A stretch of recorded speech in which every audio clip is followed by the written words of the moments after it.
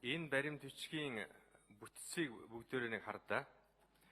Төрийн тэтгэврийн шинжилгээний талаар баримтлах бодлогын зорилго гэдэг. Ялангуяа зорилгыг нэгтгэхийг. Тэр зорилгодоо нийцүүлээд тэтгэврийн шинжилгээний талаар баримтлах бодлогын зарчмууд нь юу байх юм бэ гэдэг асуудал.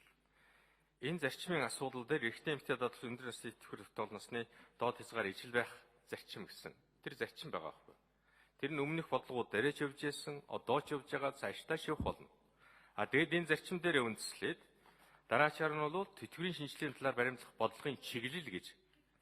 Яг одоо бидний барих зүйл бол хууль тогтоомж гаргах бус юм дээр энэ бодлогын чиглэл гэдэг маань өөрөө үндсэн бүтцэн.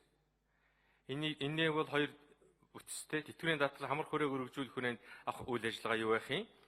Тэгээд яг тэр түрүүний тэр зорилго гэсний нэгдүгээр ихэд нэгд байсан шиг хүн амын дундаж насалтай уялдуулаад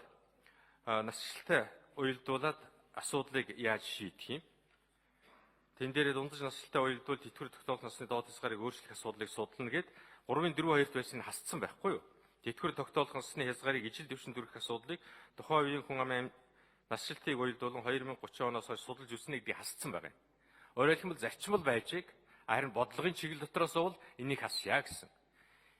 Ийм байр суурьаар орж ирж байгаа нь зөв байхгүй юу да. Улаасаа л 90 хэдэн оноос эхлүүлээд суурь зарчмууд бол ийм л зарчимд байх юм. Энэ зарчимдаа хүрэхийн тулд бодлогын чиглэлүүд ингэж явах ингээд он оноороо яваад байна ш наадах чи.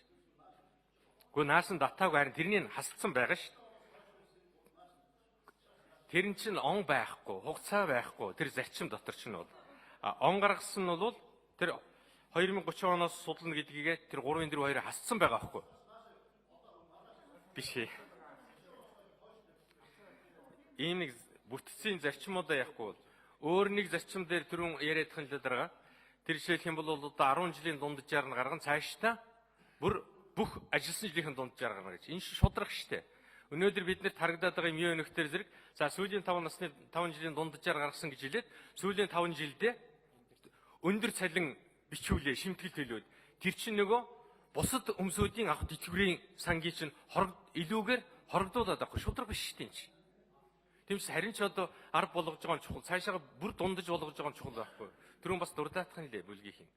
Тиймээс бидний энэ зарчимдаа тулгуурсан бодлогын чиглэлийг хэрэгжүүлэх арга хэмжээнүүд тэгээд хамгийн сүүлд гарах нь бол яг хууль нь гараад явна шүү дээ. Тиймээс дараа уул нь бол би байнгын хорон дээр ийм л байдлаар энийг хасаагүй үлдсэн байх гэж бодож байгаа. Тэгээ хасах гэж яасан, тийм санал орж исэн гэдэг юмнууд бол уул нь буруу юм байна. Тэгээд яг олон хороо шийдэл да.